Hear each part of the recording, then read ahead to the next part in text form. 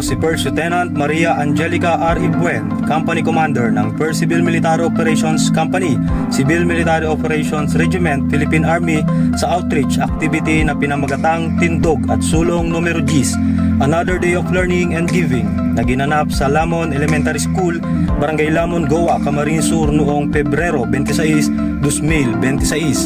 Ang aktibidad ay inorganisa ng mga katuwang na stakeholders at dinaluhan ng mga kinatawan mula sa Matrix Organizations, 83rd Infantry Battalion, 502nd Community Defense Center, Bravo Company ng Raid Reserve Infantry Battalion, PAPSIPIC, Pili Branch at Sangguniang Kabataan of Barangay Lamon.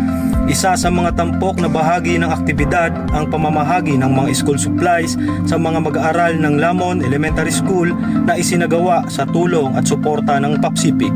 Layunin nitong makatulong sa mga mag-aaral at higit pang itaguyod ang edukasyon, volunteerismo at pagkakaisa ng komunidad.